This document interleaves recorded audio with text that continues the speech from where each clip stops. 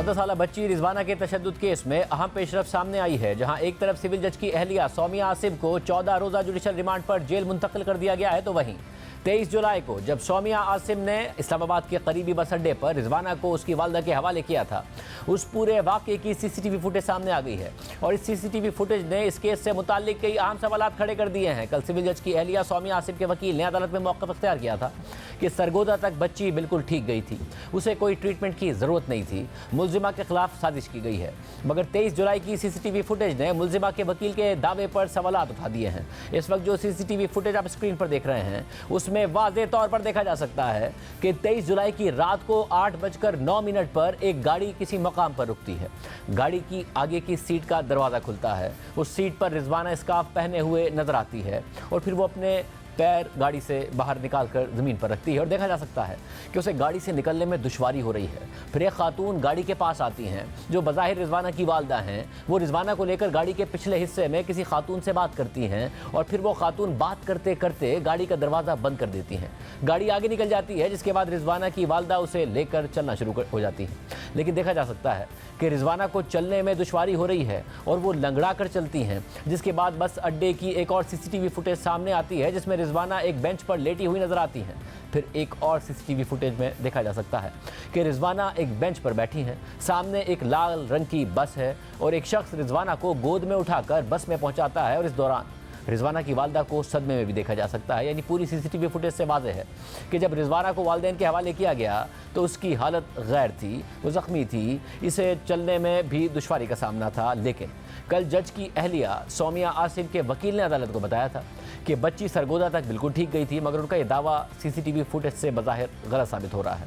दूसरी तरफ आज सिविल जज की अहलिया को मजिस्ट्रेट शाइस्ता कुंडी की अदालत में पेश किया गया, जहां पुलिस ने उनके जिस्मानी रिमांड की इस्तदा की, जिस पर मजिस्ट्रेट शाइस्ता कुंडी ने सवाल किया कि सौमिया आसिम का जिस्मानी रिमांड क्यों चाहिए। तो तफ्तीशी अफसर ने जवाब दिया कि सौमिया आसिम से तफ्तीश करनी है, कल ही जमानत खारिज हुई है। जिस पर मजिस्ट्रेट ने कहा कि औरत का जिस्मानी रिमांड किस कानून के तहत दिया जाता है।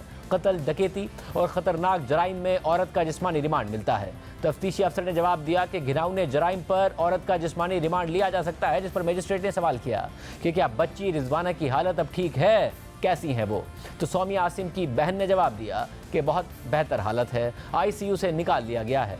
इस मौके पर मजिस्ट्रेट ने उनसे पूछा कि आप कौन हैं, तो खातून ने जवाब दिया कि मैं मुल्जिमा सौमिया आसिम की बहन हूँ। इस मौके पर प्रोसिक्यूटर ने अदालत को बताया कि जिस्मानी रिमांड तो सौमिया आसिम की बेहतरी के लिए है, कोई सबूत देना चाहती हैं तो सौमिया आसिम पुलिस को दे दें। बस अड्डे की वीडियो अदालत में पेश की गई है, जिसे रिकॉर्ड का हिस्सा बनाना है। जिस पर जज शाइस्ता कुंडी ने सवाल किया कि अगर वीडियोज़ ही लेनी है तो सेफ सिटी कैमरा से ले लें, जिस्मानी रिमांड क्यों चाहिए। रसीदें वसूल करने के लिए जिस्मानी रिमांड तो नहीं ले सकते। मीडिया पर खबर चलना शुरू हो गई तो जिस्मानी रिमांड तो नहीं दिया जा सकता, सौमिया आसिम मेरे सामने आए।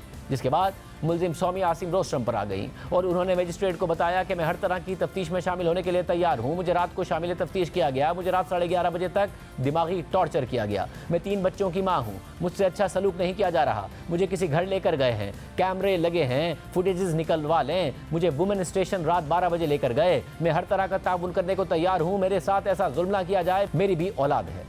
मीडिया पर बातें बढ़ा चढ़ाकर बताई जा रही हैं। जिस पर जज ने उनसे सवाल किया कि आपके घर तो बच्ची काम करती थी ना। तो सौमिया आसिम ने जवाब दिया कि मुझसे गलती हुई, जब वो मट्टी खाती थी तो उसे वापस उसके घर भेज देना चाहिए था। मैंने तमाम दस्तावेज़ात मुहैया किए हैं, कुछ नहीं छुपाऊंगी। इस मौके पर सौमिया आसिम कमरा अदालत में रोने लगी और उन्होंने कहा कि मेरा जितना मीडिया ट्रायल हुआ है मुझे खुदकुशी कर लेनी चाहिए। जिसके बाद जज ने सौमिया आसिम का जिस्मानी रिमांड मंजूर नहीं किया और उन्हें 14 दिन के लिए जुडिशल रिमांड पर जेल भेज दिया। साथ ही सौमिया आसिम के वकील ने मजिस्ट्रेट की अदालत में जमानत की दरख्वास्त दायर कर दी और मौक़िफ़ इख्तियार किया कि मुकदमे में लगाए गए इल्ज़ामात बेबुनियाद और मुबालगा राय पर मबनी है। बच्ची रिजवाना वालिदैन की इजाज़त से सौमिया आसिम के घर रिहाइश पजीर थी।